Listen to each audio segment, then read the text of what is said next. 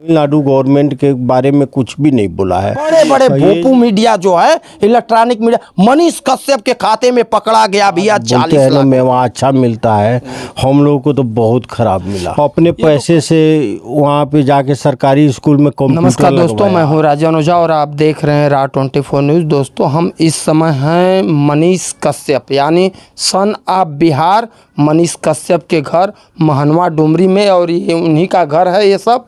और मैं आपको बता दूं कि ये इनके बड़े पिताजी हैं, और आप भिज्ञ होंगे कि किस प्रकार से बिहार गवर्नमेंट ने मनीष कश्यप को फंसा करके तमिलनाडु के जेल में भेज दिया है।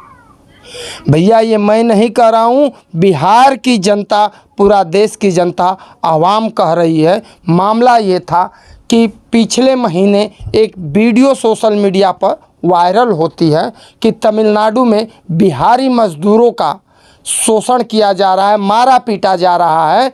और उस खबर को जो है तमाम इलेक्ट्रॉनिक मीडिया से लेकर के प्रिंट मीडिया ने चलाया था, छापा था, और उस खबर को यहाँ के सुशासन बाबू मुख्यमंत्री नीतीश कुमार ने भी शेयर किया था। उससे पहले तमाम लोगों ने, तेजस्वी यादव सहित और भी अमर उजाला, दैनिक भास्कर, हिंदुस्तान, तमाम इलेक्ट्रॉनिक और प्रिंट मीडिया ने उस खबर को चलाया था।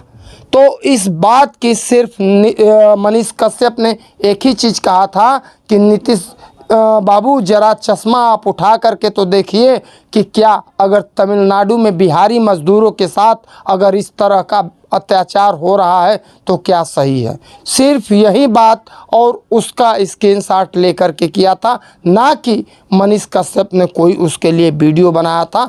लेकिन फिर भी न यहाँ के डिप्टी सीएम तेजस्वी यादव हों, न मुख्यमंत्री नीतीश कुमार, किसी ने इसका संज्ञान नहीं लिया। और जा करके जब मनीष कश्यप, हकीकत में TV9 भारतवर्ष ने भी उस खबर को चलाया था, और उसका वीडियो आज भी है, आपको मिल जाएगा, कि जिस प्रकार से तमिलनाडु में एक बिहारी मजदूर की हत्या हो गई थी, और स्टेशन पर जा करके उन्होंने वहाँ के हकीकत दिखाया था। देख लीजिए, चाहे दिवाली हो, होली हो, छठ हो, और अभी अप्रैल मई के महीने में जब आप महाराष्ट्र से आना चाहें, गुजरात से आना चाहें, तमिलनाडु से स्टेशन पर ठसाठस इतनी भीड़ रहेगी कि क्या बताऊं भैया, लात रखने तक के लिए जगह नहीं होती है। तो उन सब चीज़ों को मनीष कश्यप दिखाता था। मनीष कश्यप वो चीज़ दिखाता था कि आप, एक मैं बात बता रहा हूँ, लोग बोलते हैं कि क्या किसी पत्रकार का ये होता है कि कहीं पर मीटिंग चले उसमें घुस करके जा करके दिखा दे। मैं पूछ रहा हूँ, सीधा बात है, आपका बच्चा पढ़ता हो, आपका बच्चा पढ़ता है और 3-3, 4-4 साल गुजर जाएं, अगर रिजल्ट नहीं आएगा तो पूछ दिया अगर सवाल, तो पूछने का अधिकार किसको है? हमको है पूछने का। पब्लिक इज स्टेट, असली मालिक जो होती है जनता होती है, और जनता जब चाहे, जब हम वोट दे सकते हैं, मनीष कश्यप वोट दे सकता है, और हम लोगों के वोट देने से एक चुन करके जनप्रतिनिधि जाता है वहाँ पर तो सेवा करने के लिए जाता है, ना कि मालिक बनने के लिए कि हम मालिक हैं। वो मालिक नहीं, मालिक हम हैं। तो सवाल हम पूछेंगे, आँख में आँख डाल करके हम पूछेंगे। वही काम मनीष कश्यप ने किया था। यूनिवर्सिटी में जा करके पूछ दिया था, सब एसी कमरे में बैठ करके मीटिंग कर रहे हैं। भैया, कौन सा गलती अपराध कर दिया उसमें? सभी के, चाहे पुलिस वाले हों, एक गरीब हो, चाहे एक, अब मैं क्या बताऊं, सबके बच्चे पढ़ते हो रहे होंगे, और सबके लिए आवाज़ उठाता था, और मनीष कश्यप सबकी मदद करता था। यही, और भ्रष्टाचार के खिलाफ आवाज़ बुलंद करके सही चीज़ दिखाता था। यही यहाँ की सरकार को खटकने लगा, उनके पेट में फोड़ा हो गया था, और वो फोड़ा जब फट गया तो मनीष कश्यप के ऊपर NSA जैसी धारा लगा करके, समझे क्या मनीष कश्यप देशद्रोही है? अरे सबसे पहले मैं आपको बता दूं कि तमाम नेता, विधायक, मंत्री जो हैं, कितने दर्जनों FIR दर्ज हुए होंगे, कैसे कैसे चोरी के मामले में नहीं, रिश्वत के मामले में नहीं, कौन कौन से मामले में जेल नहीं गए होंगे। क्यों नहीं उनके ऊपर NSA लग गया? अभी लालू प्रसाद यादव जेल से बाहर आए हैं, उनके ऊपर, तेज प्रताप यादव के खुद उन लोगों के परिवार के ऊपर नौकरी के बदले ज़मीन के मामले में ED तक तमाम लोग जांच एजेंसियां लगी हुई हैं, लेकिन इनके ऊपर कोई कार्रवाई नहीं हो सकती है। क्यों नहीं हो सकती है भैया? इन लोगों को राजनीति करना है, दिन भर भोगते रहेंगे, लेकिन शाम को बैठ करके एक जगह बैठ करके खाते हैं, पीते हैं और जनता को मूर्ख बनाते हैं। आपस में जातिवाद की ये लोग राजनीति करते हैं, चाहे हिंदू करेंगे, मुसलमान करेंगे, यादव करेंगे, पंडित करेंगे, लेकिन शाम को बैठ करके जितने नेता होते हैं एक जगह बैठ करके गलबहियाँ करते हैं और कहते हैं मनीष कश्यप को कि बीजेपी का एजेंट है। आज बीजेपी के कोई भी नेता, कोई भी मंत्री क्यों नहीं मनीष कश्यप के समर्थन में खड़ा हुआ है? मनीष कश्यप, मैं पूछ रहा हूं, बताइए ना, आप लोगों को हमारी बात बुरी लगेगी, क्यों नहीं? मनीष कश्यप हमेशा लोगों की आवाज़ बनता था। आज उसके ऊपर जब उसके घर की कुर्की होती है तो आतंकवादियों जैसा, देशद्रोहियों जैसा व्यवहार किया जाता है कि उसके सामान को उखाड़ करके हैंडपंप तक के लिए ले करके चला जाता है। कितना बड़ा जुर्म कर दिया था। ये शर्म की बात है और सारी देश की जनता देख रही, सब लोग जानते हैं कि एक दिन मनीष कश्यप जो है लोगों की आवाज़ बन रहा है, बिहार का चेहरा है, इसके वजह से इसको दबा दो भैया। इसीलिए भाजपा वाले, चाहे यहाँ के नीतीश सरकार हो, चाहे लालू के लड़के हों, सब लोग सोच रहे थे कि अब हम लोगों की कुर्सी जा रही है तो इसको दबा दो, नहीं तो कल के डेट में हमारी कुर्सी ये खुद खींच लेगा। तो कुर्सी, जब हम कुर्सी देते हैं तो हम कुर्सी को खींचना भी जानते हैं। ये तुम्हारे बाप की कुर्सी नहीं है, हमारे वोट से जीते हो। तो हम, उनके बड़े पिताजी हमारे साथ में हैं। बाबूजी, पहले तो आपको बहुत बहुत प्रणाम बाबू। नमस्कार, जय हिंद। बाबूजी, मनीष भाई के साथ किस प्रकार से, कैसे, क्या चीज़ हुआ था, थोड़ा सा आप बता दीजिए। लोग तरह तरह के कहते हैं मनीष कश्यप का बहुत बड़ा घर है, इस तरह थोड़ा। मैंने घर तो आप देख ही लिए और आप पब्लिक को दिखाइए कि वो कितना बड़ा आदमी है, कितना बड़ा परिवार से है, कैसा है। गांव में भी घूमिए, पब्लिक बताएगी कि उनका परिवार कैसा है, वो कैसे है। यहाँ पे रोड देखिए तो उसी का देन है, स्कूल देखिए तो उसी का देन है। उसमें कंप्यूटर, यहाँ पर मैंने मिडिल स्कूल था, उसको हाई स्कूल बनवाया, उसके बाद इंटर कॉलेज का मान्यता दिलाया। अपने पैसे से वहाँ पे जाके सरकारी स्कूल में कंप्यूटर लगवाया, कंप्यूटर की क्लास चलवाया, उसमें टीचर रखा, बहुत पब्लिक का सेवा किया। और सेवा के बाद बोलते हैं ना मेवा अच्छा मिलता है, हम लोगों को तो बहुत खराब मिला। ये तो कलयुग है बाबूजी, और साक्षात कलयुग में कहते हैं लोगों सामने अब क्या बताया जाए।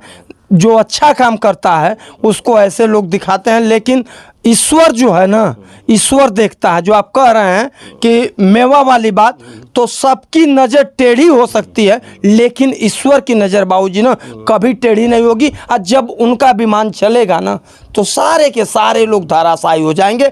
दोस्तों, बाबूजी ने कहा, हकीकत कहा है कि जो काम सरकार नहीं कर सकता है, अरे देश में सबसे बड़ा मुद्दा किस चीज़ का है? तो बेरोजगारी का मुद्दा है। रोजगार कितने लोगों को आपने दिया है? मनीष कश्यप था अपने दम पर, अपने गट्टे के दम पर। वो यूट्यूब, लोग बोलते हैं यूट्यूब एक ऐसा प्लेटफार्म है भैया ना कि लोगों को, चाहे आप में दम है तो आप भी बेरोजगार नहीं हो सकते हो। इन सरकारों के जो बैसाखी के सहारे पर चलने वाले लोग हैं, इनके भरोसे पर कतई नहीं रह सकते आप। यूट्यूब ऐसा है कि लोगों को आगे बढ़ाने का मौका देता है। उसी प्लेटफॉर्म से मनीष कश्यप ने भ्रष्टाचार के लिए आवाज़ उठाया था और मेहनत के दम पर लोगों की मदद किया था, जो सरकार काम नहीं कर सकती है। बाबूजी ने बताया क्या? बाबूजी की बात छोड़िए, आप जा करके सर्वे करवा करके देख लीजिए कि जो मिडिल क्लास 5वीं तक था उसको 10वीं तक बनवाने का स्कूल काम किए, और जो बच्चे पढ़ते नहीं थे उनके अपने खर्चे थे उस विद्यालय में कंप्यूटर लगवा करके, टीचरों को रख करके बच्चों को सरकारी विद्यालय में, ये नहीं कि प्राइवेट विद्यालय में, सरकारी विद्यालयों में कंप्यूटर रख करके बच्चों को पढ़वाने का काम करते हैं। किसी का कुछ भी मदद कर देते हैं। और यहाँ हुल्ला होता है, बड़े बड़े भोपू मीडिया जो है, इलेक्ट्रॉनिक मीडिया, मनीष कश्यप के खाते में पकड़ा गया भैया 40 लाख रुपया। 40 लाख रुपया। लगता है कि हीरोइन गांजा मनीष कश्यप बेचता था, इसलिए पकड़ा गया। कि अलकतरा घोटाला और चारा घोटाला का था, कि रेलवे घोटाला का था, वो 40 लाख रुपए का जवाब दे न दीजिए। अकाउंट में न पकड़ा गया है कि झोपड़िया में पकड़ा गया है। गांजा बांध करके बेचता था मनीष कश्यप। इतना बड़ा भोपू मीडिया आज कोई मनीष कश्यप का खबर नहीं चलाने वाला है। सत्यता दिखाता था, इसलिए जिनका सेटिंग होता है ना, वो लोग बिकाऊ मीडिया इस खबर को नहीं दिखा सकते हैं। शुरू में उन मीडिया वालों, उन बंधुओं को, सारे लोगों को मैं नहीं कह रहा हूँ, कुछ ऐसे भी हैं उनको मैं साधुवाद प्रणाम करूँगा जिन्होंने निष्पक्ष होकर के मनीष कश्यप के लिए खबर भी चलाया है। तो इस तरह से एक यूट्यूबर आप जानते हैं जिसके 8-8, 10-10 मिलियन फॉलोअर हों, जिनके वीडियो 5-5, 10-10, 20-20 मिलियन में जाता हो, आप समझ सकते हैं कि यूट्यूब कितना पैसा देता है। आप भिज्ञ हैं, वो सारे खाते में पैसे आए थे, ना कि घर में आए थे। यहाँ पर तो ईडी लगी हुई है। दिल्ली में कौन सा मकान है पता नहीं कितने करोड़ अरबों रुपए का है, और लाखों रुपए कौड़ियों के भाव में दिखाया गया है लेने के लिए। अगर मैं सवाल मैं नहीं करूंगा तो कौन करेगा? सवाल जनता करेगी। सवाल जब वोट देती है ये जनता, तो सवाल हम करेंगे। वही बात है, मालिक हम हैं, चाहे आपके पेट में फोड़ा हो जाए, चाहे नासूर बन जाए, हम पूछेंगे। बाबूजी ये बताइए, जिस प्रकार से जब उनके ऊपर एनएसए लगा और इस तरह से कैसे क्या चीज़ हुआ था, थोड़ा सा बताएंगे हमें। एनएसए लगा उस दिन बहुत ज़्यादा दुख हुआ। बाकी तो केस था, तो आदमी सोचा था चलो केस है तो आगे पीछे चलेगा, लेकिन जब एनएसए लग गया, वो भी तमिलनाडु में जाने के बाद, तमिलनाडु के गवर्नमेंट द्वारा, जबकि तमिलनाडु के कोई भी वीडियो उसका तो पूरा यूट्यूब पर पड़ा हुआ है, वीडियो कोई डिलीट नहीं है, और आप देख सकते हैं तमिलनाडु गवर्नमेंट के बारे में कुछ भी नहीं बोला है। यही बात उसने डिमांड किया कि हमारे यहाँ बिहार में रोजगार होता तो हमको तमिलनाडु या बेंगलोर या कलकत्ता नहीं जाना पड़ता ना, हमारे यहाँ बिहार के मजदूरों को वहाँ जाना नहीं पड़ता ना। इसलिए अपना बिहार सरकार से रोजगार का मांग किया कि आप देखिए यहाँ पे रोजगार दीजिए ताकि इनको न जाना पड़े, क्योंकि जो बाहर जाते हैं उनको दिक्कत होता है। और हकीकत में आप महाराष्ट्र में देखे होंगे, चाहे मणिपुर में देखे होंगे, आसाम में देखे होंगे, दिक्कत होता है। ऐसी बात नहीं है कि दिक्कत नहीं होता है। अब बड़े बड़े नेता जाएंगे उनको थोड़े दिक्कत होगा, लेकिन लेबर क्लास के आदमी जाता है, मिडिल क्लास के आदमी जाता है, तो बाहर पैसा कमाने में दिक्कत होता है, ये हकीकत है। लेकिन सरकार माने न माने वो तो उसकी मर्जी है, जबकि मैंने संविधान में लिखा हुआ हमारे द्वारा चुना गया सरकार। जी वही बात, तो हम ही चुनते हैं, असली मालिक तो हम हैं, तो हम नहीं सवाल करेंगे। लेकिन जब चुन देते हैं ना, तो मालिक वो बन जाता है।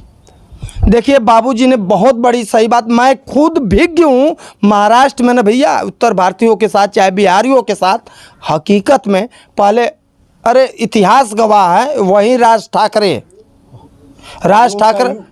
यूट्यूब पर पड़ा हुआ है वीडियो, कोई भी देख। महाराष्ट्र में, गुजरात में, तमिलनाडु में क्या चीज हुआ है। और ये दंगा भड़काने की बात कर रहे हैं ना, मैं सीधा कह रहा हूँ, खुलेआम कह रहा हूँ कि तेजस्वी यादव जी आप भी दंगा भड़काने का काम किए हैं। बाबूजी इन्होंने भी दंगा, अभी जैसे राहुल गांधी की सदस्यता चली गई, आप भिज्ञ हैं, राहुल गांधी की सदस्यता क्यों चली गई? कि उन्होंने बोला था कि मोदी सरनेम वाले जो क्या हैं, चोर हैं। मैंने वो बोला था, वो कोर्ट ने सजा दे दिया, जो भी हुआ। अभी हम लोग का केस मैंने कोर्ट में अभी जांच के दायरा में है, इसलिए ज़्यादा हम लोग नहीं बोलते हैं। वही बात के दायरा में है, जांच के दायरे में है। लेकिन बात यह है कि जब कोर्ट के आदेश पर राहुल गांधी को सजा हो गई, राहुल गांधी ने क्या बोला था कि मोदी सरनेम वाले क्या हैं, चोर हैं। अभी ये तेजस्वी यादव का भी एक बयान है, वो वीडियो में क्लिप मेरे पास है, मैं उसको रिपीट कर दे रहा हूँ इस वीडियो में, देख लीजिए कि तेजस्वी यादव ने खुद अपने मुंह से बोला था कि जितने भी गुजराती हैं वो ठग हैं। जो ठग है, ठगी को अनुमति जो है आज के देश के हालात में देखा जाए तो सिर्फ गुजराती ही ठग हो सकते, और उनके ठग को माफ किया जाए।